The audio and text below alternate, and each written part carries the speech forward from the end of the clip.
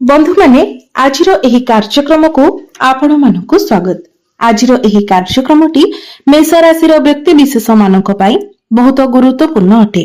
कारण आजिर एही वीडियो रे आमे माने जानिबा जे मेष राशि व्यक्ति विशेष मानक पई फेब्रुआरी 2026 किपरि रहिबाको जाउछि।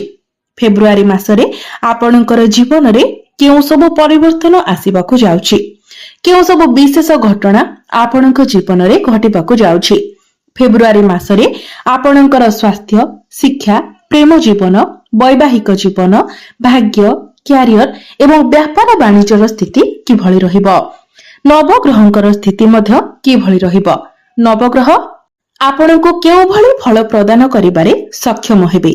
एहा सहित अशुभत्व प्रदान करुथिबा ग्रह मानक पई किछि विशेष प्रतिकार मध्य जानिबा। सेथिपई आपणकर जदि मेष राशि होई थाए तो वीडियोटी को लाइक करी चैनल टी को सब्सक्राइब करि दियंतु एवं कमेंट बॉक्स रे भक्ति एवं श्रद्धार सहित जय मां लक्ष्मी निश्चय लिखंतु। तो बंधु माने आसंतु आरंभ करिबा आजिरो एही कार्यक्रम को, जहा आपणकर जन्म राशि तथा चंद्र राशि उपरे आधारित अटे। तो राशि चक्रर 12 गोटी राशि मध्यरु प्रथम राशि हेउछि मेष राशि एवं मेष राशि राशिधिपति हेउछंती मंगल। तो फेब्रुआरी मास आरंभ रे आपणक कुंडलीर दशम भावरे मंगल गोचर करिवे। मंगलଙ୍କ सहित बुध, शुक्र एवं सूर्य मध्य आपणकर दशम भावरे गोचर करिवे। आपणकर द्वितीय भावरे देवगुरु बृहस्पति गोचर करिवे। पंचम भावरे केतु गोचर करिवे। एकादश भावरे राहु गोचर करुछंती एवं द्वादश भावरे शनि गोचर करुछंती। सर्वप्रथमे आसंतु जानिबा आपणकर स्वास्थ्य किभଳି रहिबो एही फेब्रुआरी 2026 रे। तो बंधु माने कुंडलीर प्रथम भावटी होई थाए आपणकर स्वास्थ्यर भाव, इम्युनिटी सिस्टम रो भाव एवं आपणकर प्रथम भावर अधिपति हेउछंती मंगल।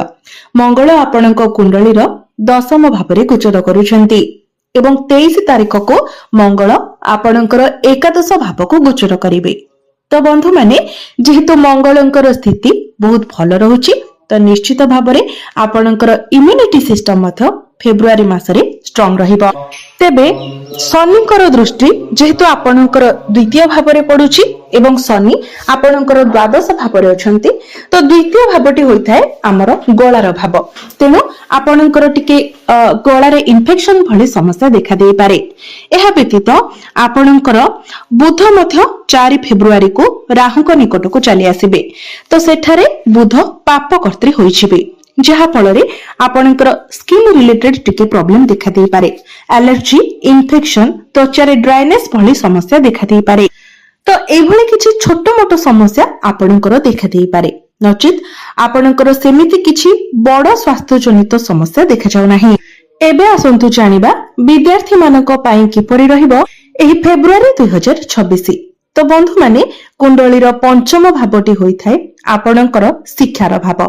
आपणकर पंचम भावर अधिपति हेउछंती सूर्य। सूर्य आपणक कुंडलीर दशम भावरे गोचर करुछंती, किंतु 13 फेब्रुआरी को सूर्य आपणकर एकादश भाव को चली जिवे एवं एकादश भाव को आसीबा परे सूर्यंकर दृष्टि पंचम भाव उपरे ही रहिबो, तांकर स्वगृह उपरे रहिबो। तो 13 फेब्रुआरी परे विद्यार्थी मानको निजर शिक्षा क्षेत्र में बहुत अधिक सफलता मिलिबाको जाउछि। एही 13 फेब्रुआरी परे जदि आपणकर किछि एग्जाम अछि, किछि कॉम्पिटिटिव एग्जाम अछि, प्रतियोगितामूलक परीक्षा अछि, तो सेथिरे निश्चित भाबरे आपणको शुभ फल प्राप्ति हेबो। आपण आपणकर परीक्षा रे उत्तीर्ण हेबे। एवं 13 फेब्रुआरी परे जदि आपण किछि एडमिशन नेउछंती, किछि फॉर्म फिल अप करूछंती, तो सेथिरे मत आपणको अधिक शुभ फल प्राप्ति हेबो। आपण आपणकर शिक्षा क्षेत्र रे बहुत अधिक उन्नति करिवे, अग्रगति करिवे। पाठ पढ़ारे आपणको बहुत अधिक सफलता मिलिबो। तेबे आपणकर पंचम भावरे केतु गोचर करूछंती। केतुंकर काम हेउछि आपणको माइंड को डाइवर्ट कराइबा, आपणको कंफ्यूज कराइबा। तो निश्चित भावरे शिक्षा क्षेत्र रे से आपणकर माइंड को डाइवर्ट कराइबे, आपणको कंफ्यूज कराइबे। किंतु आपण मने रखिबा उचित जे आपण अन्य कहार कथारे न पड़ी आपणको जहा ठीक लागुछि आपण सेही दिगरे आगकु बढ़ंतु, आपणको सफलता प्राप्ति हेबो। एबे आसंतु जानिबा आपणकर प्रेम जीवन किभଳି ରହିବ ଏହି ଫେବୃଆରୀ 2026 ରେ। ତ ବନ୍ଧୁ ମାନେ କୁଣ୍ଡଳୀର ପଞ୍ଚମ ଭାବଟି ଆପଣଙ୍କର ଶିକ୍ଷାର ଭାବ ହେବା ସହିତ କୁଣ୍ଡଳୀର ପଞ୍ଚମ ଭାବଟି ଆପଣଙ୍କର ପ୍ରେମ ଜୀବନର ମଧ୍ୟ ଭାବ ହୋଇଥାଏ, ଆପଣଙ୍କର ସନ୍ତାନର ମଧ୍ୟ ଭାବ ହୋଇଥାଏ। ତ ଆପଣଙ୍କର ପଞ୍ଚମ ଭାବର ଅଧିପତି ହେଉଛନ୍ତି ସୂର୍ଯ୍ୟ। ସୂର୍ଯ୍ୟ ଆପଣଙ୍କର ଦଶମ ଭାବରେ ଗୋଚର କରୁଛନ୍ତି ଏବଂ 13 ଫେବୃଆରୀକୁ ଆପଣଙ୍କର ଏକାଦଶ ଭାବକୁ ଚାଲିଯିବେ ଏବଂ ଆପଣଙ୍କର ପଞ୍ଚମ ଭାବରେ କେତୁ ଗୋଚର କରୁଛନ୍ତି। ତ କେତୁଙ୍କର ପ୍ରଭାବରେ ଆପଣଙ୍କର ପାର୍ଟନର ଆପଣଙ୍କ ପାଇଁ ଯାହା କଲେ ମଧ୍ୟ ଆପଣ ସେଥିରେ ସାଟିସ୍ଫାଏଡ୍ ହୋଇପାରିବେ ନାହିଁ। ଆପଣ ଆପଣଙ୍କର ପାର୍ଟନରକୁ କିଛି ଏପରି କହିପାରନ୍ତି, କିଛି ଏପରି ଆଟିଟ୍ୟୁଡ ଦେଖାଇ ପାରନ୍ତି ଯାହା ତାଙ୍କୁ ଭଲ ନ ଲାଗିପାରେ। ତେବେ ଯେହେତୁ ସୂର୍ଯ୍ୟଙ୍କର ସ୍ଥିତି ଫେବୃଆରୀ ମାସରେ ଭଲ ରହୁଛି, ତେଣୁ ଫେବୃଆରୀ ମାସଟି ଆପଣଙ୍କର ପ୍ରେମ ଜୀବନ ପାଇଁ ଠିକ ଠାକ ରହିବ। ଆପଣଙ୍କର ପ୍ରେମ ଜୀବନରେ ସେତେଟା କିଛି ସମସ୍ୟା ଦେଖାଦେବ ନାହିଁ। ଯଦି ଆମେ ବିଶେଷ ସମୟ ଅବଧି ବିଷୟରେ କହିବା ତ 13 ଫେବୃଆରୀରୁ 23 ଫେବୃଆରୀ ମଧ୍ୟରେ ଆପଣଙ୍କୁ ଟିକେ ଅଧିକ ସତର୍କ ରହିବାର ଅଛି। ବାସ୍ ଏତିକି ଯଦି ଆପଣ ସତର୍କତା ଅବଲମ୍ବନ କରୁଛନ୍ତି ତ ପ୍ରେମ ଜୀବନ ଆପଣଙ୍କର ବହୁତ ଭଲ ରହିବ। ଏବେ ଆସନ୍ତୁ ଜାଣିବା ଆପଣଙ୍କର ବୈବାହିକ ଜୀବନ କିପରି ରହିବ ଏହି ଫେବୃଆରୀ 2026 ରେ। ତ ବନ୍ଧୁ ମାନେ କୁଣ୍ଡଳୀର ସପ୍ତମ ଭାବଟି ହୋଇଥାଏ ଆପଣଙ୍କର ବୈବାହିକ ଜୀବନର ଭାବ, ଆପଣଙ୍କର ଜୀବନ ସାଥୀର ଭାବ ଏବଂ ଆପଣଙ୍କର ସପ୍ତମ ଭାବର ଅଧିପତି ହେଉଛନ୍ତି ଶୁକ୍ର। ଶୁକ୍ର ଆପଣଙ୍କର ଦଶମ ଭାବରେ ଗୋଚର କରୁଛନ୍ତି, କିନ୍ତୁ 6 ଫେବୃଆରୀକୁ ଶୁକ୍ର ଆପଣଙ୍କର ଏକାଦଶ ଭାବକୁ ଚଳନ କରିବେ। ତ ଶୁକ୍ରଙ୍କର ସ୍ଥିତି ବହୁତ ଭଲ ରହୁଛି ଦଶମ ଭାବରେ ମଧ୍ୟ ଏବଂ ଏକାଦଶ ଭାବରେ ମଧ୍ୟ। ତ ନିଶ୍ଚିତ ଭାବରେ ବୈବାହିକ ଜୀବନ ଆପଣଙ୍କର ଫେବୃଆରୀ ମାସରେ ବହୁତ ଭଲ ରହିବ। ଆପଣଙ୍କର ଜୀବନ ସାଥୀ ତାଙ୍କର ପର୍ସନାଲ ଲାଇଫ ଏବଂ ପ୍ରଫେସନାଲ ଲାଇଫରେ ବହୁତ ଗ୍ରୋ କରିବେ। କୌଣସି ନା କୌଣସି ଅପରଚ୍ୟୁନିଟି, କୌଣସି ଆଚିଭମେଣ୍ଟ ତାଙ୍କୁ ମିଳିପାରେ। ଆପଣ ମଧ୍ୟ ଆପଣଙ୍କର ଜୀବନ ସାଥୀଙ୍କୁ ବହୁତ ଅଧିକ ସପୋର୍ଟ କରିବେ। ଯେହେତୁ ପ୍ରଥମ ଭାବର ଅଧିପତି ଏବଂ ସପ୍ତମ ଭାବର ଅଧିପତି ଏକତ୍ର ଅଛନ୍ତି, ତ ଆପଣ ପରସ୍ପରକୁ ପ୍ରତ୍ୟେକ କଥାରେ ସପୋର୍ଟ କରିବେ। ଆପଣ ପରସ୍ପରକୁ ଭଲ ଭାବରେ ବୁଝିପାରିବେ। ଆପଣଙ୍କ ମଧ୍ୟରେ ଅଣ୍ଡରଷ୍ଟାଣ୍ଡିଂ ବହୁତ ଭଲ ରହିବ, କନେକ୍ସନ ମଧ୍ୟ ଷ୍ଟ୍ରଙ୍ଗ ରହିବ। ତେବେ ମନେ ରଖନ୍ତୁ ବେଳେ ବେଳେ ବହୁତ ଛୋଟ କଥାକୁ ନେଇକି ମଧ୍ୟ ଆପଣଙ୍କ ମଧ୍ୟରେ ଆର୍ଗୁମେଣ୍ଟ ହୋଇପାରେ। ଯେହେତୁ ଆପଣଙ୍କର ରାଶିରେ ବର୍ତ୍ତମାନ ଶନି 7.5 ଚାଲୁଛି, ତ ଏହାର ପ୍ରଭାବରେ ଆପଣ ଅଧିକ ଓଭର ଥିଙ୍କିଂ କରିବେ। ଆପଣଙ୍କ ମଧ୍ୟରେ ଜିଦ୍ଦି ସ୍ୱଭାବ ମଧ୍ୟ ଦେଖାଦେବ। ଛୋଟ ଛୋଟ କଥାକୁ ନେଇକି ଆପଣ ଆର୍ଗୁମେଣ୍ଟ କରିବେ।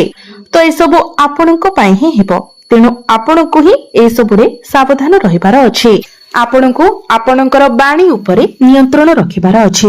ଯେହେତୁ ଶନିଙ୍କର ଦୃଷ୍ଟି ଆପଣଙ୍କର ଦ୍ୱିତୀୟ ଭାବ ବାଣୀ ଭାବ ଉପରେ ରହିବ, ତ ଏହାର ପ୍ରଭାବରେ ଆପଣଙ୍କ ବାଣୀ ଉପରେ ନିୟନ୍ତ୍ରଣ ରହିବ ନାହିଁ, ଯାହା ଫଳରେ ଆପଣଙ୍କର ବୈବାହିକ ଜୀବନରେ ସମସ୍ୟା ଦେଖାଦେବ। ତେଣୁ ଆପଣଙ୍କୁ ଆପଣଙ୍କର ବାଣୀ ଉପରେ ନିୟନ୍ତ୍ରଣ ରଖିବାର ଅଛି।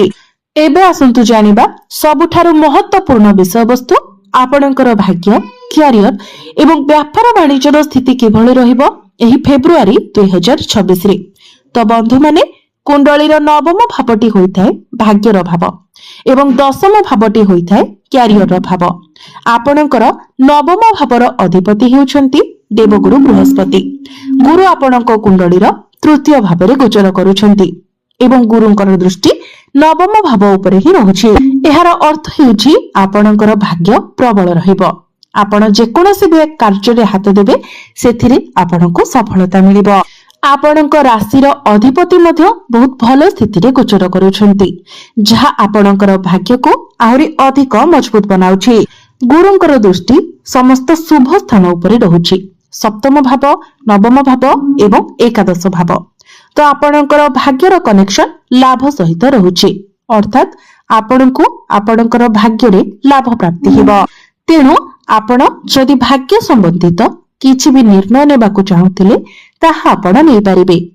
ଯଦି ଆପଣ କିଛି ବଡ ଜିନିଷ କିଣାକିଣି କରିବାକୁ ଚାହୁଁଥିଲେ, କିଛି ବଡ ଡିସିସନ ନେବାକୁ ଚାହୁଁଥିଲେ, କୌଣସି ବଡ କାର୍ଯ୍ୟର ଆରମ୍ଭ କରିବାକୁ ଚାହୁଁଥିଲେ, କିଛି ବଡ ଇନଭେଷ୍ଟମେଣ୍ଟ କରିବାକୁ ଚାହୁଁଥିଲେ, ତ ନିଶ୍ଚିତ ଭାବରେ ଏହି ଫେବୃଆରୀ ମାସରେ ଆପଣ ତାହା କରିପାରିବେ। ଏହି ଫେବୃଆରୀ ମାସରେ ଆପଣ କିଛି ଶୁଭ ମାଙ୍ଗଳିକ କାର୍ଯ୍ୟର ଆୟୋଜନ ମଧ୍ୟ କରିପାରନ୍ତି। କିଛି ବଡ ଜିନିଷ ଆପଣ କିଣା ବିକା କରିପାରନ୍ତି। ତେବେ 23 ଫେବୃଆରୀ କୁ ଯେତେବେଳେ ଆପଣଙ୍କର ମଙ୍ଗଳ ଏବଂ ରାହୁ ଏକତ୍ର ହୋଇଯିବେ ସେତେବେଳେ ଟିକେ ଆପଣଙ୍କୁ ସତର୍କ ରହିବାର ଅଛି। ତରବରିଆ ଭାବରେ ଯେମିତି ଆପଣ କିଛି ଡିସିସନ ନ ନିଅନ୍ତି ସେଥିପ୍ରତି ଆପଣଙ୍କୁ ଧ୍ୟାନ ଦେବାର ଅଛି। ଏବଂ ଅନ୍ୟ କେହି ଯଦି ଆପଣଙ୍କୁ କିଛି ବୁଦ୍ଧି ଦେଉଛନ୍ତି, କିଛି ମୋଟିଭେଟ କରୁଛନ୍ତି ତ ସେଥିରେ ଆପଣ ନ ପଡି ନିଜେ ଚିନ୍ତା କରନ୍ତୁ ଯେ କେଉଁଟା ଠିକ ଏବଂ କେଉଁଟା ଭୁଲ। ଏବେ ଆସନ୍ତୁ ଜାଣିବା ଆପଣଙ୍କର କ୍ୟାରିୟର ଏହି ଫେବୃଆରୀ 2026 ରେ। ତ ବନ୍ଧୁ ମାନେ ଆପଣଙ୍କର 10ମ ଭାବର ଅଧିପତି ହେଉଛନ୍ତି ଶନି। ଶନି ଆପଣଙ୍କ କୁଣ୍ଡଳୀର ଦ୍ୱାଦଶ ଭାବରେ ଗୋଚର କରୁଛନ୍ତି, କିନ୍ତୁ ଆପଣଙ୍କର 10ମ ଭାବରେ ବୁଧ, ଶୁକ୍ର, ସୂର୍ଯ୍ୟ ଏବଂ ମଙ୍ଗଳ ଗୋଚର କରୁଛନ୍ତି। ସୂର୍ଯ୍ୟ ଆପଣଙ୍କୁ କନଫିଡେନ୍ସ ପ୍ରଦାନ କରିବେ, ମଙ୍ଗଳ ଆପଣଙ୍କୁ ଏନର୍ଜି ଏବଂ ସାହସ ପ୍ରଦାନ କରିବେ, ଲିଡରସିପ କ୍ୱାଲିଟି ପ୍ରଦାନ କରିବେ। ଶୁକ୍ର ଏବଂ ବୁଧ ଆପଣଙ୍କର କମ୍ୟୁନିକେସନ ସ୍କିଲ କୁ ବହୁତ ଭଲ ବନାଇବେ, ଯାହାର ଅର୍ଥ ହେଉଛି କ୍ୟାରିୟରରେ ଆପଣଙ୍କର କନଫିଡେନ୍ସ ଲେଭେଲ ବଢିବ, ଆପଣଙ୍କ ମଧ୍ୟରେ ଏନର୍ଜି ଷ୍ଟାମିନା ରହିବ, ଗୋଟେ ଲିଡରସିପ କ୍ୱାଲିଟି ରହିବ, ଆପଣଙ୍କର ଏକ୍ସପ୍ରେସନ, ଆପଣଙ୍କର କମ୍ୟୁନିକେସନ ଷ୍ଟାଇଲ ମଧ୍ୟ ବହୁତ ଭଲ ରହିବ। ତ ଆପଣ ଆପଣଙ୍କର କ୍ୟାରିୟରରେ ବହୁତ ଅଧିକ ଗ୍ରୋ କରିବାକୁ ଯାଉଛନ୍ତି, କ୍ୟାରିୟରକୁ ନେଇକି କିଛି ବଡ ଡିସିସନ ନେବାକୁ ଯାଉଛନ୍ତି। ତ ଆପଣ ଆପଣଙ୍କର କ୍ୟାରିୟରକୁ ନେଇକି ଯାହାବି କିଛି ସ୍ୱପ୍ନ ଦେଖିଥିଲେ ସେଥିରେ ଆପଣ ଆଗକୁ ବଢନ୍ତୁ, ନିଶ୍ଚିତ ଭାବରେ ଆପଣଙ୍କୁ ସଫଳତା ପ୍ରାପ୍ତି ହେବ। ତ ଫେବୃଆରୀ ମାସରେ କ୍ୟାରିୟର ଆପଣଙ୍କର ବହୁତ ଭଲ ରହିବ, କାରଣ ସମସ୍ତ ଗ୍ରହ ଆପଣଙ୍କର ଏକାଦଶ ଭାବକୁ ପ୍ରବେଶ କରିବେ। ତେଣୁ କ୍ୟାରିୟର ରିଲେଟେଡ ଆପଣ ଯାହାବି ଷ୍ଟେପ ନେବା ପାଇଁ ଚାହୁଁଥିଲେ ଆପଣ ନିଶ୍ଚିତ ହୋଇ ସେଥିରେ ଆଗକୁ ବଢନ୍ତୁ। ବିଜନେସ କଥା ଯଦି କହିବା ତ ବିଜନେସ ମଧ୍ୟ ଏହି ଫେବୃଆରୀ ମାସରେ ଆପଣଙ୍କର ବହୁତ ଭଲ ରହିବ। ଯଦି ଆପଣ ଡେଲି ଇନକମ ର କିଛି କାମ କରୁଛନ୍ତି, ମାର୍କେଟିଂ ର କାମ କରୁଛନ୍ତି, ଅନଲାଇନ ରିଲେଟେଡ କିଛି କାମ କରୁଛନ୍ତି, ପବ୍ଲିକ ଡିଲିଂ, ପବ୍ଲିକ ସର୍ଭିସ ର କିଛି କାମ କରୁଛନ୍ତି, କନସଲ୍ଟିଂ ର କାମ କରୁଛନ୍ତି, ତ ଏହି ସବୁ କ୍ଷେତ୍ରରେ ଆପଣଙ୍କୁ ବହୁତ ଅଧିକ ସଫଳତା ମିଳିବ। ଆପଣ କିଛି ନୂଆ ବିଜନେସ ମଧ୍ୟ ଷ୍ଟାର୍ଟ କରିପାରନ୍ତି। ତ ଏବେ ଆସନ୍ତୁ ଜାଣିବା କିଛି ଉପାୟ ବିଷୟରେ, ଯେଉଁ ଉପାୟ ଗୁଡିକ କରିବା ଦ୍ୱାରା ଆପଣଙ୍କୁ ଅଧିକ ମାତ୍ରାରେ ଶୁଭ ଫଳ ପ୍ରାପ୍ତି ହେବ ଏବଂ ଯାହା ସବୁ ଅଶୁଭତ୍ୱ ରହୁଛି ସେଗୁଡିକ ଖଣ୍ଡନ ହୋଇଯିବ। ତ ସେଥିପାଇଁ ଆପଣ ପ୍ରତ୍ୟେକ ଦିନ ହନୁମାନ ଚାଳିସାର ପାଠ କରନ୍ତୁ, ପ୍ରତ୍ୟେକ ଦିନ ମଙ୍ଗଳଙ୍କର ବୀଜ ମନ୍ତ୍ର 108 ଥର ଜପ କରନ୍ତୁ, ପ୍ରତ୍ୟେକ ଦିନ ଓಂ ନମଃ ଶିବାୟ ମନ୍ତ୍ର 108 ଥର ଜପ କରନ୍ତୁ ଏବଂ ପ୍ରତ୍ୟେକ ଦିନ ଉଦିତ ସୂର୍ଯ୍ୟଙ୍କୁ ତମ୍ବା ପାତ୍ରରେ ଜଳାର୍ଘ୍ୟ ଅର୍ପଣ କରନ୍ତୁ। ନିଶ୍ଚିତ ଭାବରେ ଆପଣଙ୍କୁ ଅଧିକ ମାତ୍ରାରେ ଶୁଭ ଫଳ ପ୍ରାପ୍ତି ହେବ। ତ ବନ୍ଧୁମାନେ, ଆପଣଙ୍କର ଜୀବନ ମଙ୍ଗଳମୟ ହେଉ, ଏହା ହିଁ ଈଶ୍ୱରଙ୍କ ନିକଟରେ ମୋର ପ୍ରାର୍ଥନା।